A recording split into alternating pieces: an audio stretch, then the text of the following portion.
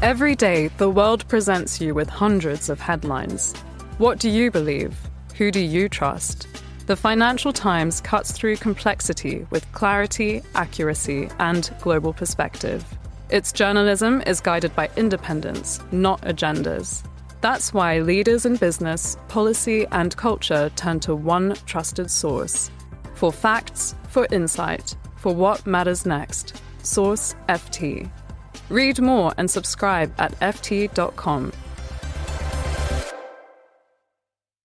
You're listening to the Monocle Daily, first broadcast on the 1st of December 2025 on Monocle Radio. Why is the self-styled peace president threatening war with Venezuela? How much attention are the Pope's Middle Eastern audiences paying? And what word sums up your 2025? I'm Andrew Muller. The Monocle Daily starts now.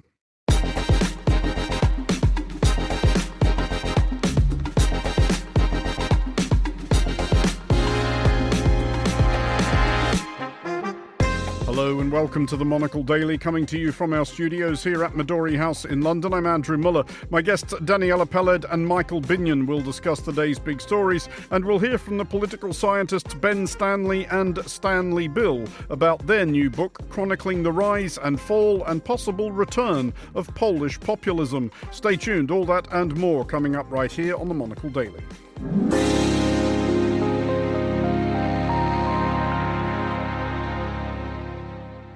This is the Monocle Daily. I'm Andrew Muller, and I am joined today by Daniela Peled, Managing Editor at the Institute for War and Peace Reporting, and by Michael Binion, Foreign Affairs Specialist for The Times. Hello to you both. Hello. Hello. Michael, first of all, I believe you come to us, as you very often do, with a cultural recommendation, in this specific instance of the cinematic variety. Indeed, yes. Well, I went to see a second Ralph Fiennes film in a year, and it was just as good, and it's called The Choral, and it's about the First World War. Men's choir, a mixed choir, but there are no men because they've all been called up to fight in the trenches.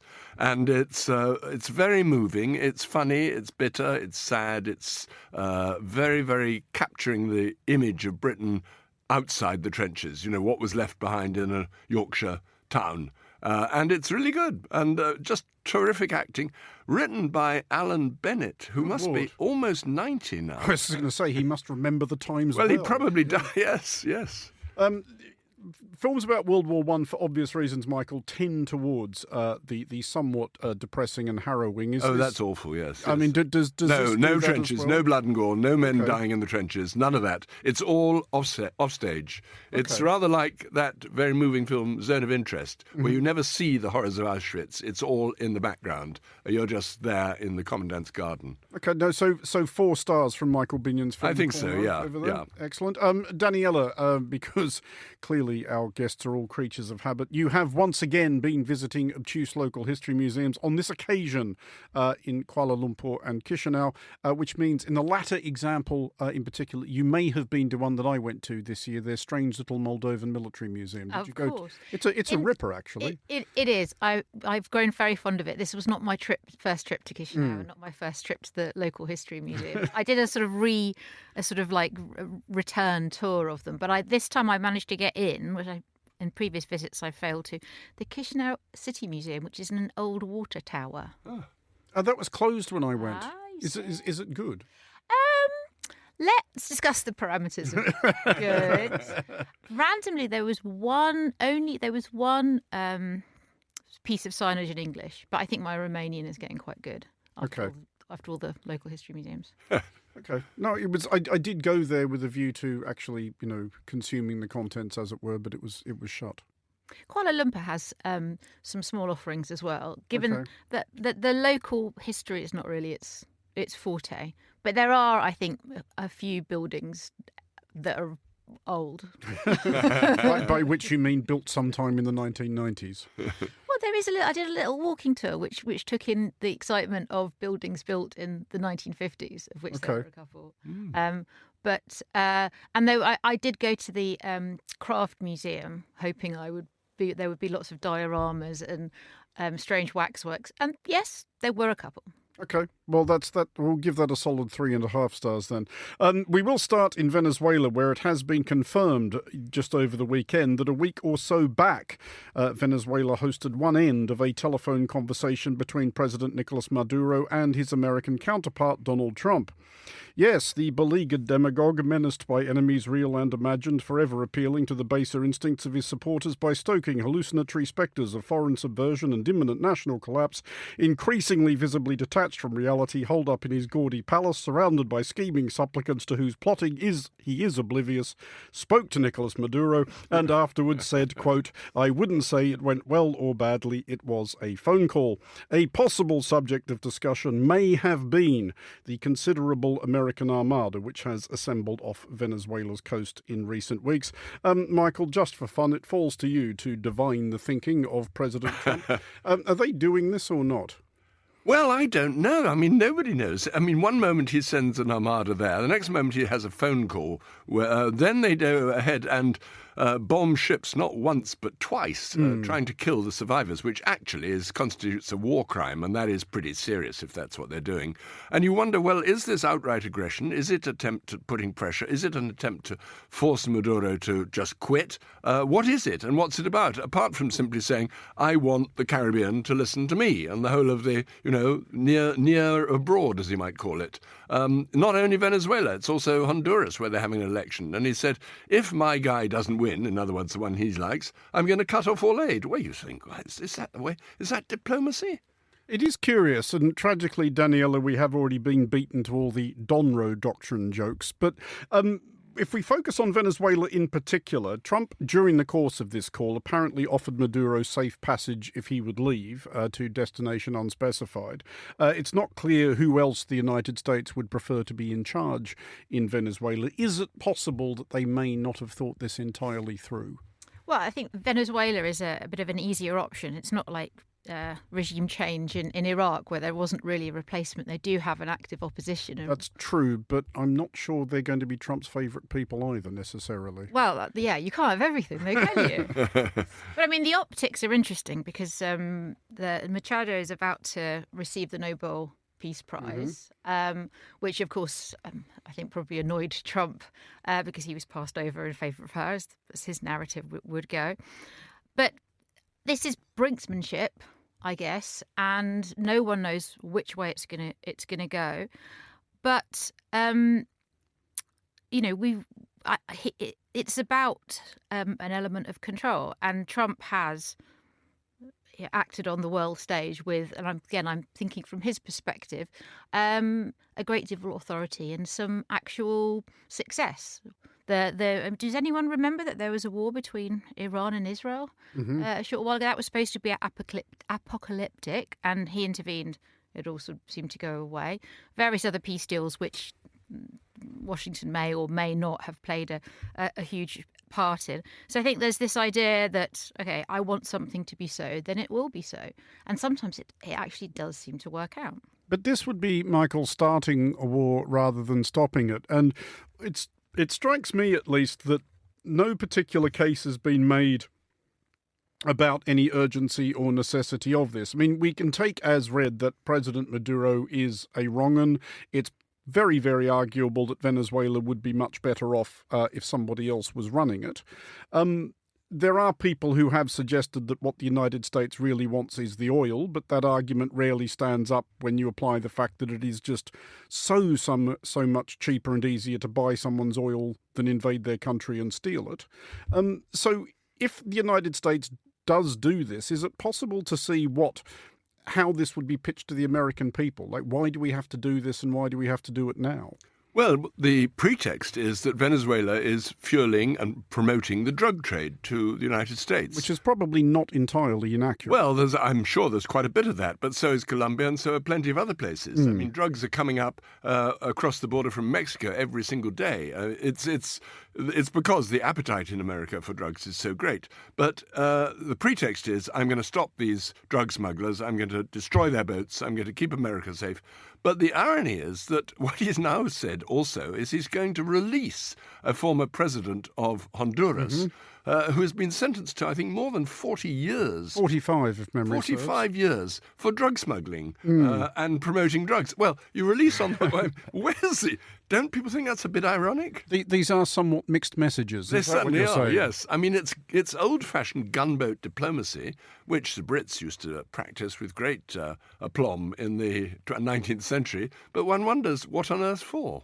I mean, the sharp end of the gunboat diplomacy, Daniela, to which Michael has alluded, has been this campaign of sinking what we are told are boats being operated by drug couriers. There is plausible evidence to suggest that, at the very least, not all of them have been. At least 80 people are now known to have been killed in these raids. And there was that suggestion to which Michael also alludes over the weekend that Secretary of State for Defence Pete Hegseth ordered a second strike on a stricken boat with injured people in the water. And it's, there's not much passing of the Geneva Conventions about that sort of behaviour. It's not on and you don't do it. Has he potentially incriminated himself? He asked somewhat wishfully.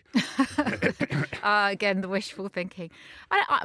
My perception of it is that the idea that when you say that you're fighting a war against drugs, then all gloves are off, and that's like ultimate populist measure.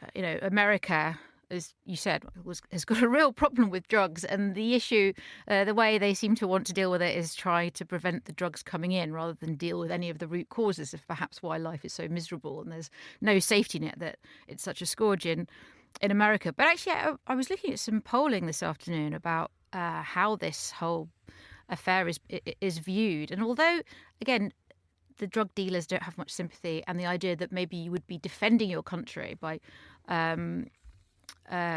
bombing drug boats, the consensus was that actually Americans would like to see some evidence of this. And certainly when it comes to the Democrats, obviously they're much more opposed. But even amongst Republicans, they're saying, well, OK, this is the policy, but have we seen any evidence? They'd like to know a little bit more.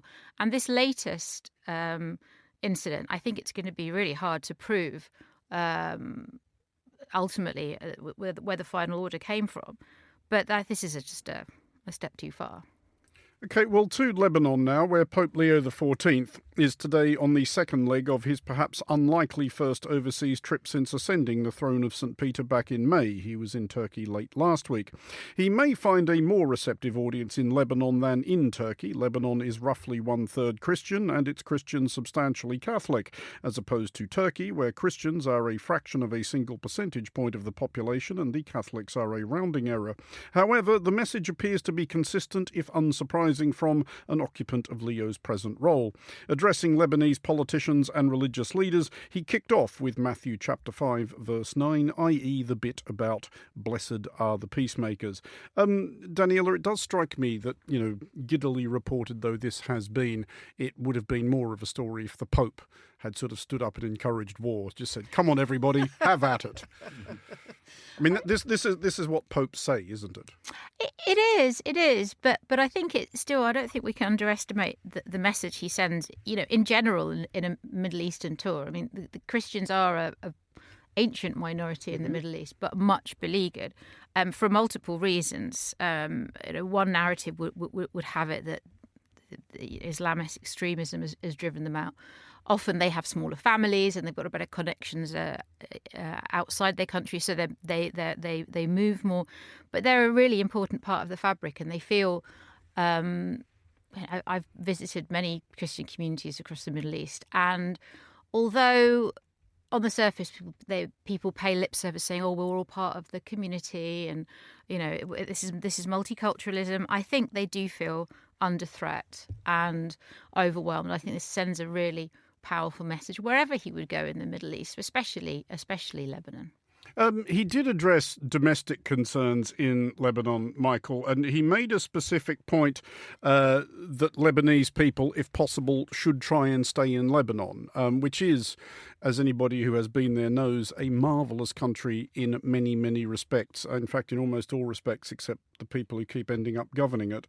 The Pope said there are times when it is easier to flee or simply more convenient to move elsewhere. It takes real courage and foresight to stay or return to one's own country. Is that a bit right, coming from an American who moved to Italy to further his own career?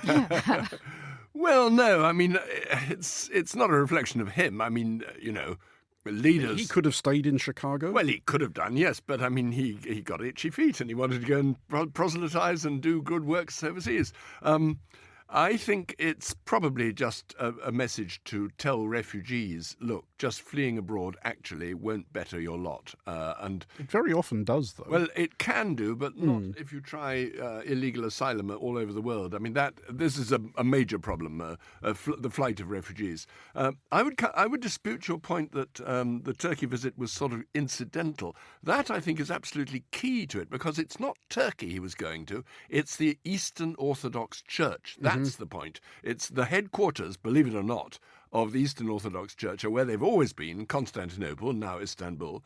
Tiny number of Christians, but that's where the ecumenical patriarch, the head of the whole of all the Orthodox churches, has his seat. And Orthodoxy is the large other Christian denomination dominating the world, mostly Eastern Europe, where the Pope clearly wants to see better relations, particularly as it is the religion of Russia.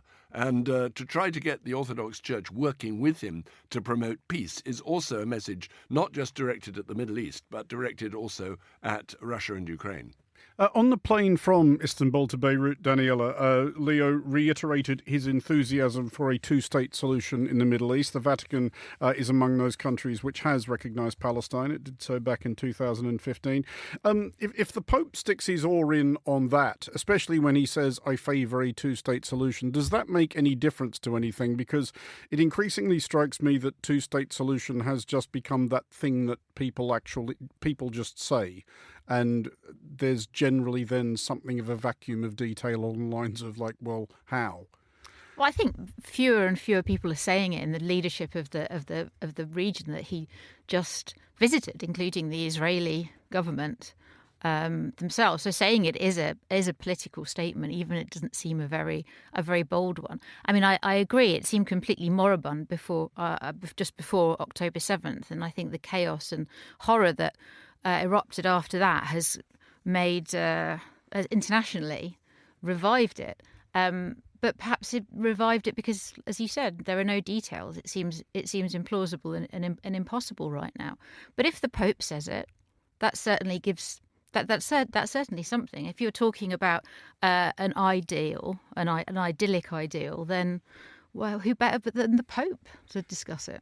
Just reflecting on this trip overall, Michael, it was his first trip overseas as Pope. 6 months into the job, he has taken his time getting out and about. And this, as I understand it, was a trip that had been substantially planned by his predecessor, Pope Francis, who was a very enterprising, one might almost say buccaneering papal diplomat who went to lots of places popes usually don't. Do we get any sense yet of how Leo sees the role of the Pope as ambassador at large, or what kind of papal diplomat he wishes to be? Well, he's a very steady diplomat. He's very cautious, but at the same time he's consolidating his base. He's trying to now heal the sort of splits and wounds that had opened up under Francis between conservatives and liberals within the Catholic Church, offering the Latin Mass, for example, and all the other things, but at the same time making pronouncements on social issues that would seem to appeal generally to the more liberal-minded Catholics. So he's consolidating his base quite successfully, I think.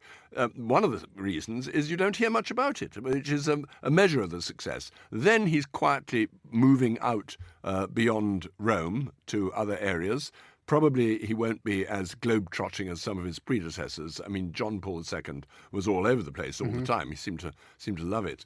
He has symbolically converted the Pope Mobile into a mobile clinic, which is going to be sent to Gaza, I think, to help with the emergencies, medical emergencies there.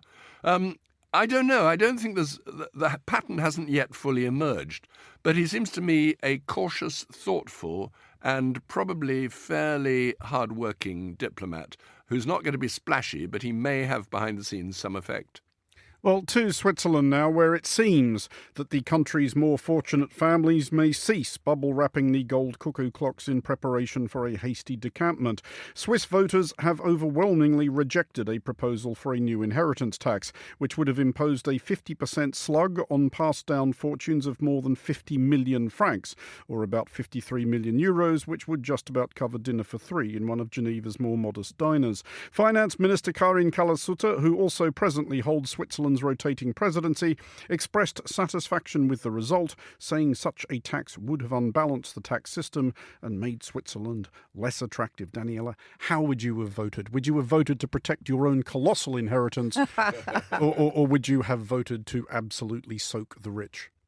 Yeah, it would be fun to soak the rich, wouldn't it? I mean, this wouldn't actually affect too many people, and I think it has to be seen in the context that Switzerland is forever having a million and gazillion referendums. Oh, we could do one of these every week. Yeah. There was one on leaf blowers a few weeks back. Right. And there was another one about extending mandatory military service to women, having just given them the vote. Oh, come on, that was in 1973. 1991, I think. I'm sure it was in the 1970s they gave women the vote. I think finally. I think it took a while. It was a staggered rollout.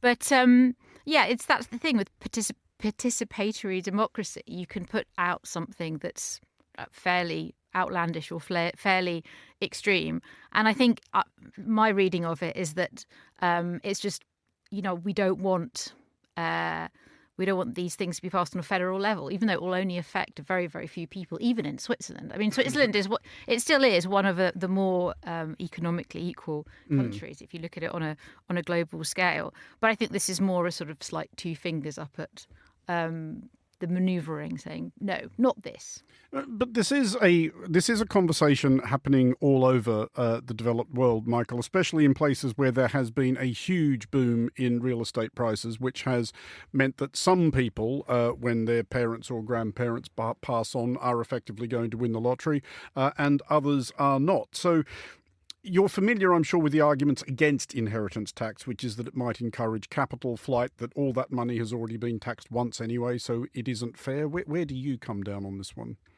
Well, I can see that governments need inheritance tax because it's certainly in Britain, it's quite a large revenue earner for the Treasury. And when the country is so pressed to make ends meet, where else can you find the money? And it doesn't directly hurt any of the people on whom it's levied. In other words, those who are thinking they're going to inherit a massive amount of money, a windfall, as it were, not through any work of their own, but simply by being the children or friends or descendants of whoever's died, well, they simply won't get their jackpot. They'll get in the UK. They'll get 40% less of it, over 325 I'm not grand. against it in principle. I mean, I'm not against mansion tax, although my house is probably going to fall into the category where I'm going to have to pay a whopping amount every year. The answer is sell the house. But all these things, I mean, yes, there's always the argument that the rich will flee. Well, can you have all the world's millionaires living in Dubai? They'd all be absolutely bored silly of each other's company, surely.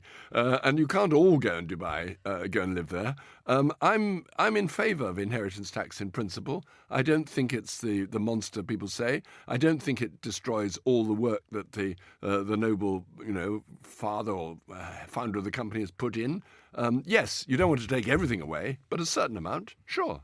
Is it one of those things, though, Daniela, where people sort of advocate inheritance tax or things like wealth taxes or mansion taxes or indeed rent controls because they want it to work rather than whether or not it actually does have the intended effect? I think it's got a very pleasing symmetry. Right, we're going to tax the rich. This is great. But I think experience shows that if you want better services and you want better life and you want more equality in your society, everyone needs to pay a bit more tax. It's not about one group paying a whopping great wage.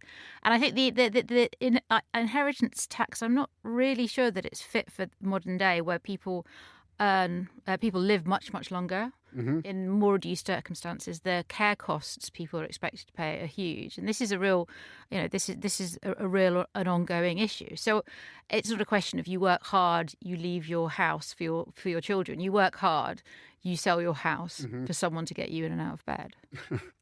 Well, we'll move along now to Oxford, specifically the university thereof, where the boffins of the Oxford University Press have unveiled their annual Word of the Year, their annual assessment of the neologism which best encapsulates the 12 months we have all just endured. As the OUP sees it, the 2020s to date have been defined, in chronological order, by Vax, Goblin Mode, Riz and Brain Rot, which, yes, was also the lineup of the second stage at Donington in 1992, etc., joined this year by Rage Bait. The OUP defines rage bait as, quote, online content deliberately designed to elicit anger or outrage by being frustrating, provocative or offensive. Boy, do they have the Monocle Dailies number.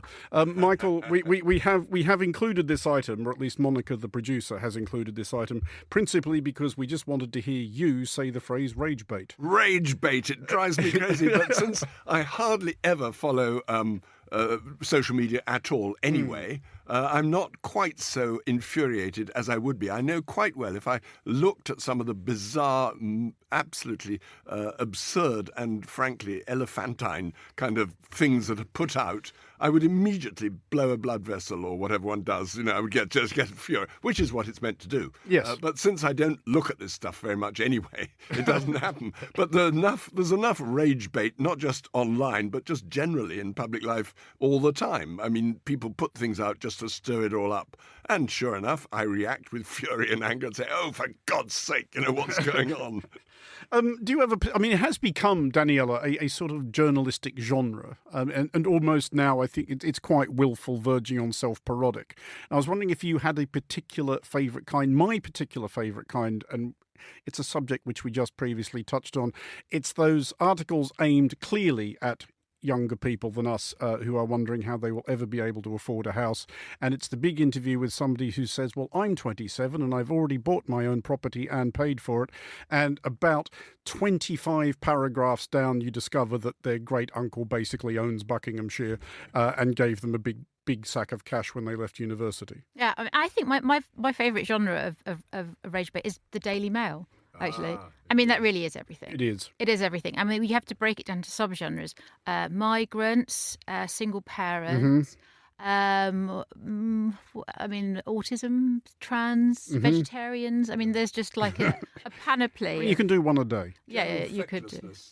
General fecklessness. That's my new favourite one. Michael, again, you are clearly the person to ask what we make of the other contenders for Word of the Year. They were aura farming and biohack. Aura farming, I'm not quite sure what that means. And I can think of various explanations that sound a bit unseemly, but I'm not... It's quite unseemly. It is, as I understand it, it's portraying oneself on social media in a means which is supposed to make other people... Oh, aura, A-U-R-A. Yes. Yeah, what did you think? I thought it was oral farming. No, that's a whole other genre. Aura farming, yes. Well, I would like to boost my own aura. Certainly, I walk around with it sort of floating around my head. And the other one was biohack. Yes. That's presumably hack into one's... to make yourself live to the age of 300 by transfusing yourself with, I don't know. Oh, yes, that'll be fun. Yes, I'll have bits of other people grafted on. Or yes, something. Yes. Well, we have one taker here. Excellent. But Danielle, coming back to rage bait, does it in fact explain much about the modern world? Because there are one or two fairly successful politicians of recent decades for whom that's basically what they do as well. I think what's annoying about these Words of the Year is they basically take phenomena which have been with us since the dawn of time and put them in a sort of alliterative or rhyming sort of annoying figure of speech. Have you in fact been rage baited by rage bait? I've been rage baited by rage bait. Yeah, it's happened. Daniela Peled and Michael Binion, thank you both for joining us. Finally, on today's show, over the last decade or so, Poland has served as a sort of laboratory for people interested in promoting conservative nationalist populism and people interested in thwarting it. Between 2015 and 2023, the Law and Justice Party, locally rendered as PiS, went big on religious piety, social traditionalism, somewhat paranoid patriotism and ill-disguised authoritarianism, and kept winning elections until they didn't. That trajectory is chronicled in a new book, Good Change, The Rise and Fall of Poland's Illiberal Revolution, by Stanley Bill, Professor of Polish Studies at University of Cambridge, and Ben Stanley, Associate Professor at the Centre for the Study of Democracy at the SWPS University of Social Sciences and Humanities in Warsaw. I spoke to Stanley and Ben earlier and began by asking if it was possible to look at Law and Justice as a forerunner of the later wave of populism, or if they were a specifically Polish thing. I think both of those things are true. On the one hand, what we see in the case of Law and Justice is a party that made use of some fairly specific complaints that the Polish right had about post-1989 liberal democracy.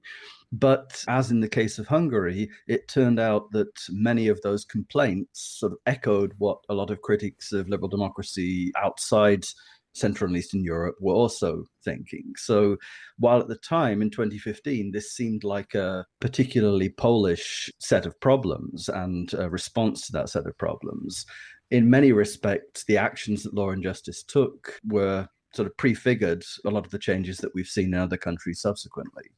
Stanley, you write of the book, or you write of Law and Justice as conducting what you call an illiberal revolution. How vast were their ambitions when, I guess from the beginning of the party's founding in the early 2000s by the Kaczynski brothers, how drastically did they want to transform Poland?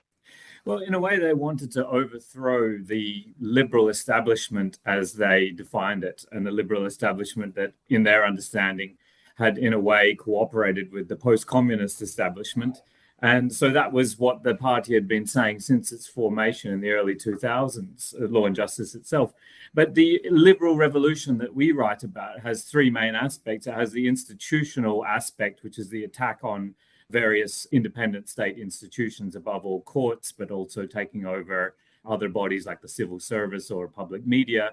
There's the second aspect, which is that of economy and social policy. And this is interesting that we describe Law and Justice as effectively almost a left-wing party in its emphasis on redistributive social policy, which was cash payments, particularly the flagship child benefit payment, were very, very popular and certainly very much consolidated the party's support.